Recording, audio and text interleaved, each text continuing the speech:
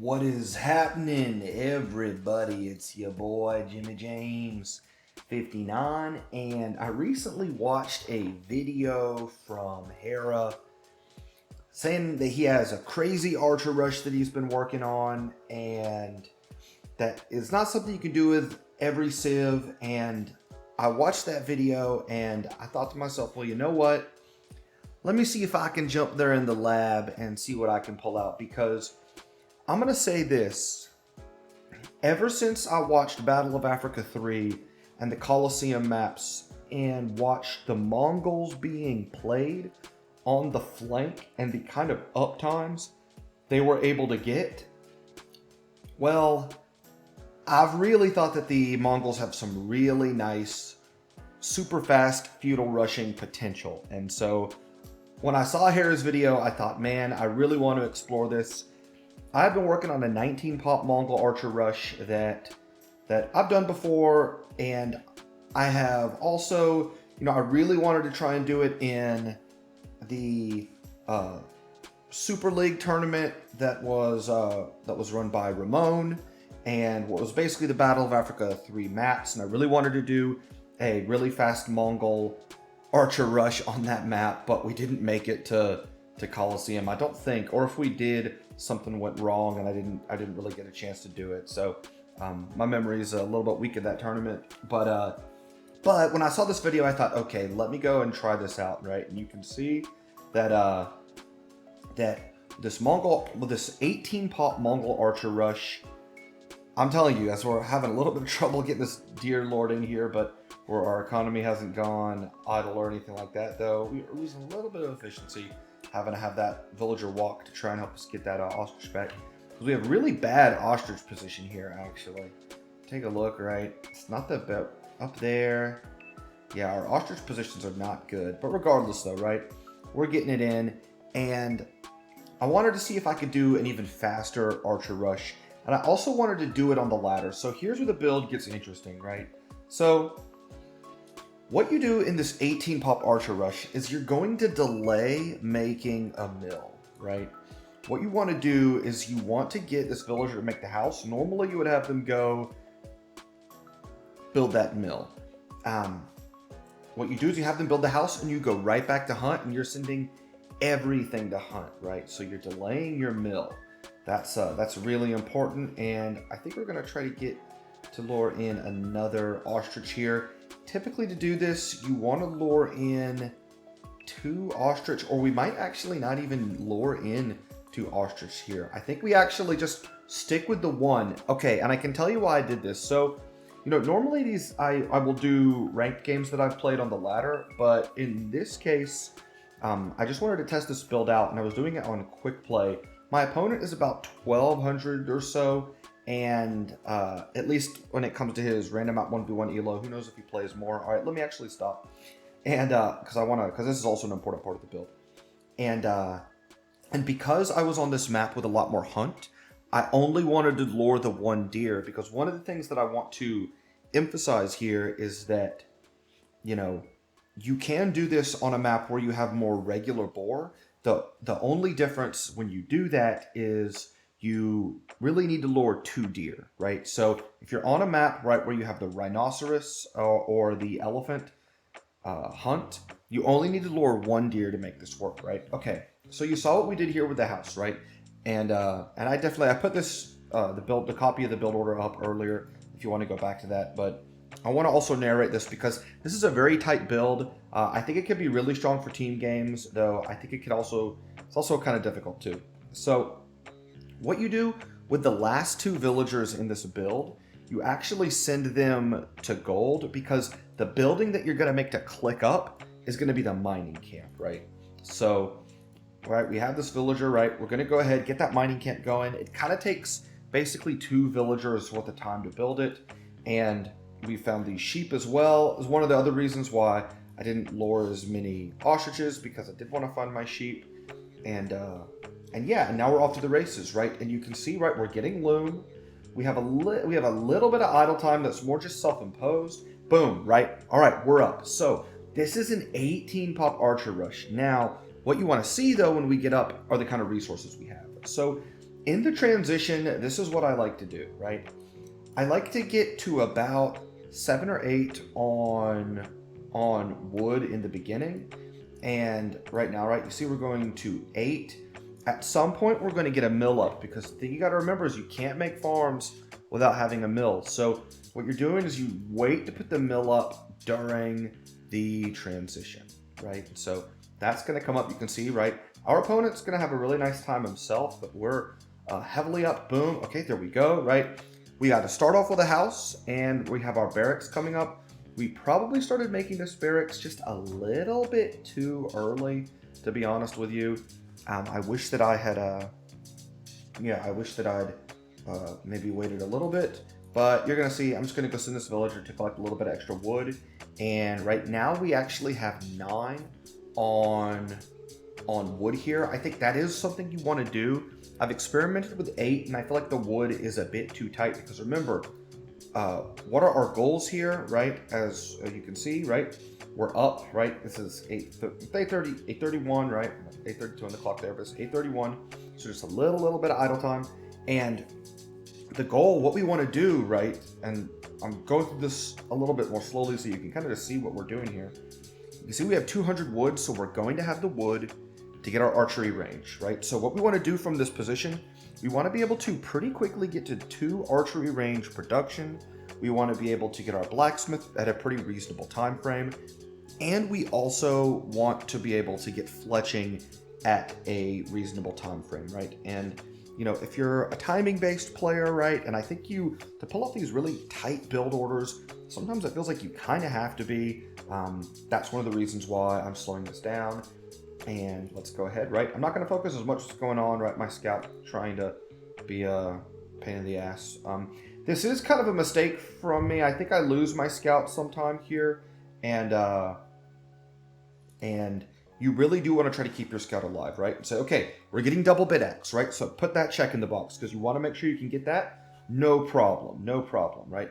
Meanwhile, we're eating these sheep, right? We're going to send our first couple of villagers to gold, because even though we've been collecting gold during the up here, we are, you know, we want to get a few more on there, because we want to be able to sustain that 2-range production, right?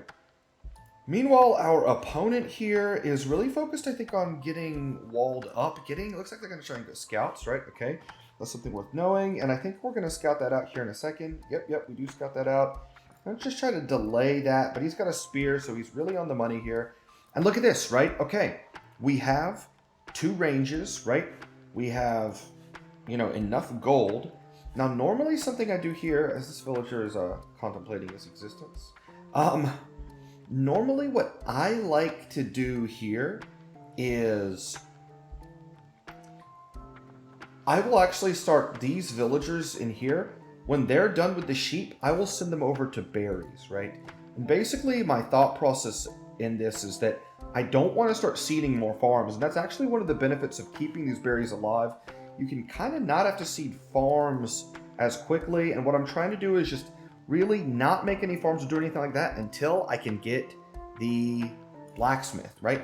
Now we have the blacksmith, and look, we're actually already, we're just going to go move out with a few archers. You know, I want to see what he's going to be doing, right? They're going to be going across the map, right? Just giving a little bit of presence there, right? I think I stopped them because I wanted to get a few more. And look, we're maintaining production from our ranges, right? And this is a situation, right? Again, now I say this, I'm like a mid 1400, you know, let's just say like somewhere like a high 13 to 1400 player. Oh my gosh, this is just bad scouting. Look at this. All right, don't look down there, guys. This is about the build, right? This is about the build.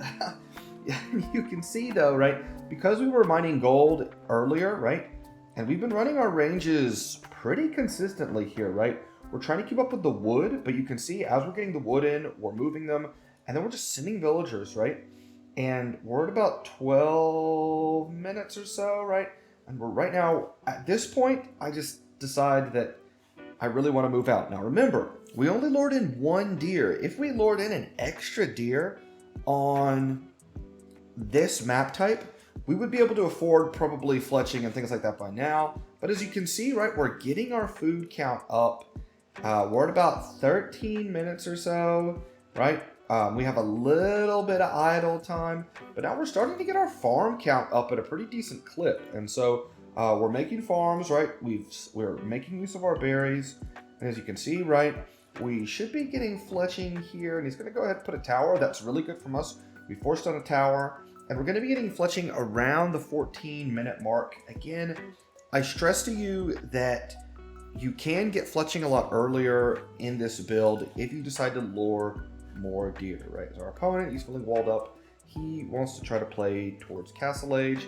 That's fine. We want to try to punish that. So that's what we're going to be working on here.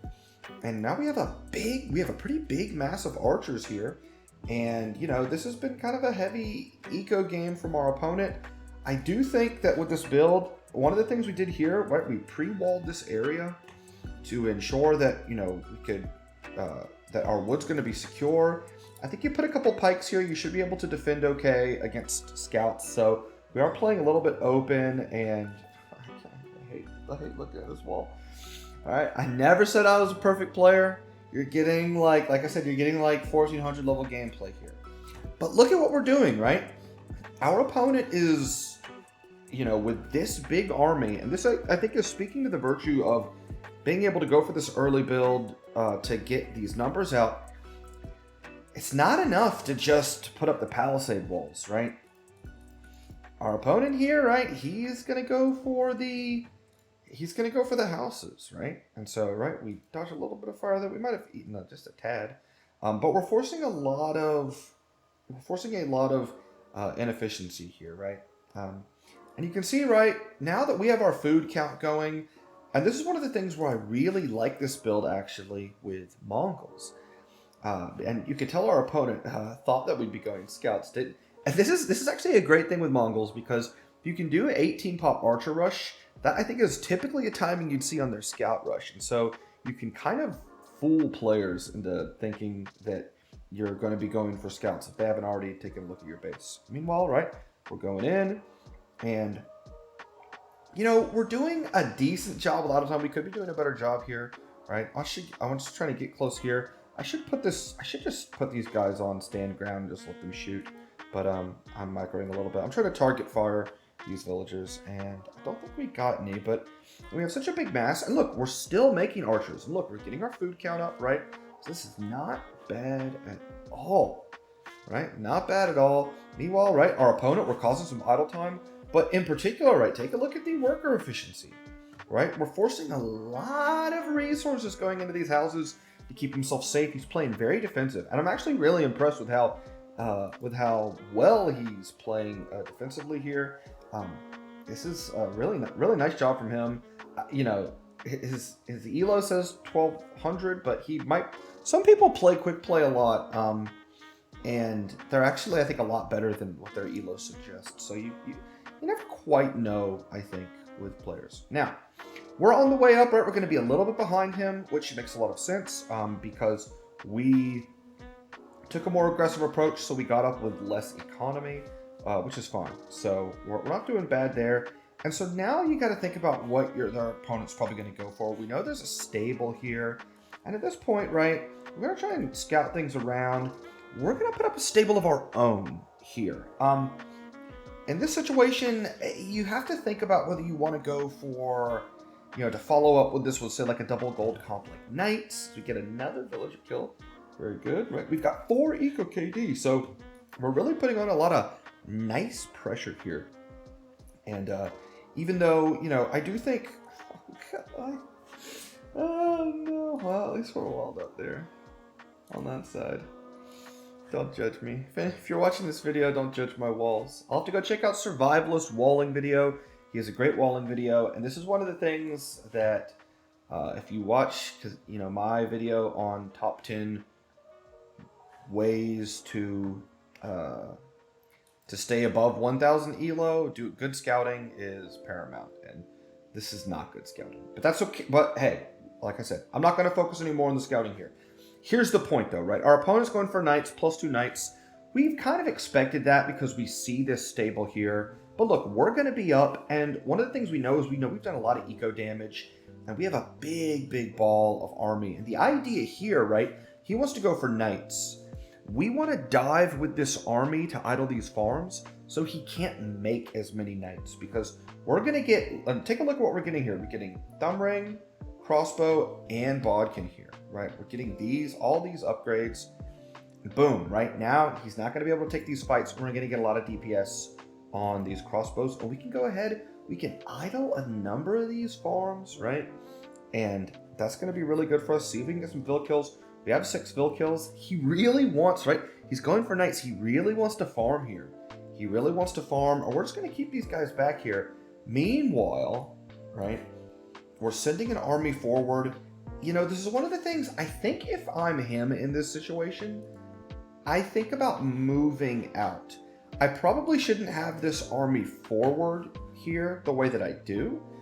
I probably should keep it more back home, looking back on it, just in case he does decide to move out. So something to keep in mind, I think. But we're doing a lot of damage back here. And this is the thing, we're idling so much economy. I mean, take a look at the worker efficiency. Last minute, this is his villagers are not able to work, right? And the idea here is we're trying to squeeze them, right? That's the idea.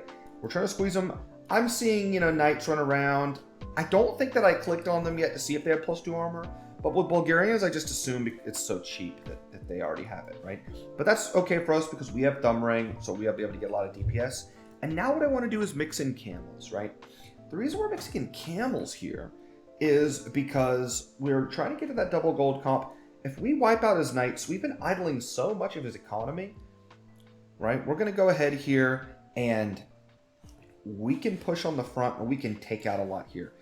We've gotten about as much damage back here as we can. So now the time has come to go ahead, link these two armies back up together, right? We have these camels in here. We don't have any upgrades on them, but that's okay. They're really just there to give us a little bit of extra support against the knights because we're pretty sure he has +2 armor. And we also make a ram because I'd like to deal with this tower a bit more expediently, right? He wants to take this fight, right? He's got 10 knights. He doesn't have enough to take this fight, but now, right, we're idling this forward gold. We can range that gold, and now we're sending in the siege ram, and now he's coming and taking this fight. But we have camels. We're taking a nice fight on a hill, and this is really not going our opponent's way, right? We have too much army, as you can see right here, and he gives us the triple G, right? The good game. Maybe, I don't know. I think he's probably just typed it really fast. And there you go, right? That's how you can make this work. So a few things that, actually let's look at the statistics first and then I'll give you some of my reflections on this build. So here we have, right, military, we did a really nice job here. Our opponent took a very passive approach to this game. And so other opponents, right, may try and play it a little bit more aggressively. I recommend in those circumstances, right, you make some spears to defend your base, maybe keep some archers at home. You play that the way you would like to. You can see that we got our food count up high, pretty decently high as well. So you could probably even transition to scouts if you'd like to. That's something else to think about. And right, you can see here, right, really quick uptime, right, just a couple seconds. That is, I think, much more attributed to user error. And remember, this was only luring in 1 deer, right? We only lured in 1 deer here. So, you want to, this was actually, a good test, I think, of this build, because I think typically if you're playing this more greedy, you would lure in 2 or 3 deer. And if you lure in 2 or 3, let me say it this way, if you lure in 2 deer on this map with the elephant or the rhinos, you're probably able to get fletching. I would say, 12, 13 minute mark would not be a surprise to me. And if you lured in 3, sky's the limit, I think. Here, right, we played a little bit more conservatively just to show you that this isn't the craziest build in the world in terms of what you need to do to get there. We only lured in 1 deer. Now, if you're on a map with the 2 boar, I would say you really need to lure in 2 deer basically to get to the point we got here in terms of resources in this game. So something to keep in mind. Now, let's go ahead and hide this. And like in thinking about our reflections on this game, I think if we're playing against an opponent who is going to try to take a more aggressive approach themselves, this goes kind of one of two ways. If they want to go early men-at-arms or something like that, then we're already going into straight archers, and so we probably get a really nice advantage over them when they're not even walled up. So that's good. So in that case, right, it was smart of our opponent here to not go men-at-arms, right? If they go scouts, I think scouts can be somewhat of a threat to this build. But again, the idea here, right, is to have military at your opponent. If you defend with spears, you can probably keep your base safe without having to invest too much into walls. It's still probably good to wall in your wood line, maybe wall in your berries, something like that. But you get a pretty good farm count up, so with doing the build this way. Now, the other thing you might think of is, well, what if they go straight archers themselves? If they do that, you should have the lead in terms of archer numbers. As you can see, we were producing archers very consistently during this build, and that's so you shouldn't have to worry about that either. And so if you want to use this build for team games especially, I think you'll find that it's there's definitely some potential to it. I think some of the weaknesses of this build is that you might sacrifice a little bit of scouting to move out and find the enemy, because I think one of the tricky things is figuring out when to do damage. I wish in this build I had lured one more deer, because if I'd have been able to get fletching up a little bit quicker, that would have been good. I think if I got it maybe at like 12 or 13, maybe around like the 12 to 13 minute mark, as opposed to hitting it like in sort of like the late 13, early 14s. Keep that in mind for when you're playing this map when you just have the regular boar, because again, we lured one deer on this one, but our hunt has more food on it. So when you're luring 2 deer with regular boar, this is probably a timing that you might expect in terms of getting fletching. Now, I will say that getting fletching at high 13, 14 minutes is not a bad timing. And you might get that in a lot of games. You'd probably get fletching at around that time, maybe like half a minute earlier or something. But with this build, though, when you get fletching, you have a lot more army because you've been producing from 2 ranges. Basically, right, since, like the, 8.5 to 9 minute mark. Like basically since about 9 minutes when you've got that first range up, you're already producing. And so that's really, so when you get fletching here, it's a really nice power spike because you have so much military in the field, right? I think I'd say, and the reason why I think that Mongols are so nice, because again, you always kind of want to think about your transitions. Mongols have such a diverse military in the mid game that you can do things like you can add, camels. I think our camels were, we would have won this fight down here anyways because we had so many more archers than he was able to make knights. But mixing in some camels so that they can, throw them back into the enemy's base and keep idling that eco. That could win us the game, right? Because we can keep putting that pressure on. But you could go step lancers, you could go knights. I mean, it really, the world's your oyster here, and so I think that's one of the really nice things about Mongols. And always remember too, as well with Mongols, especially if you're playing in team games, you do get arbalists that are only missing the last armor upgrade, and so you can actually stay on foot archers if you like. If you're in, say, a difficult matchup for Mongols, you might think like Berbers with camel archers could be difficult, right? Again, this is a unit that I think you can feel pretty comfortable about, making your gold unit late, even though obviously Mangudai are a lot better. Sometimes, there's those very rare situations where you're up against masked camel archers and Mangudai don't do the job. Mongols do have a nice little foot archer in their toolkit to be able to match up well with an army like that. So.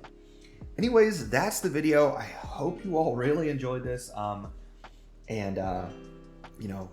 Go out there, have a ball with it. I think that in terms of weaknesses, it can leave you a little bit open. You're going to struggle for wood. So I think a higher level opponent probably counterattacks, and so you have to be ready to play defense. So I know I'm not the best defensive player, and I think we did have some resources to be able to play defense. I'd say just the other thing is that, depending on how you want to play it, I wanted to get another lumber camp up and put pressure on my opponent, in part because he walled, and I'm kind of just trying to close the game out and not get into an eco battle because he might have other TCs, right? And so I committed to a more aggressive approach here. You can see that we do have the wood for some town centers, so we could definitely easily go drop a town center here. Probably on another gold. We could drop it back here, but that'd be good. That'd be a good town center. Take those deer and that gold. So, anyways, that's the video. I hope you enjoyed it, and if leave a comment, right? If you you think there's something else in the build that would be interesting, and maybe some of you, especially those of you that might be a higher rated player than me, or maybe better at play just a little bit cleaner, you guys might see some interesting things in this build as well. And so hey, maybe this is the new Jimmy Rush. You never know. Anyways, that being said, guys, hope you enjoyed it. I'm Jimmy James 59, and I'll see you out there on the ladder.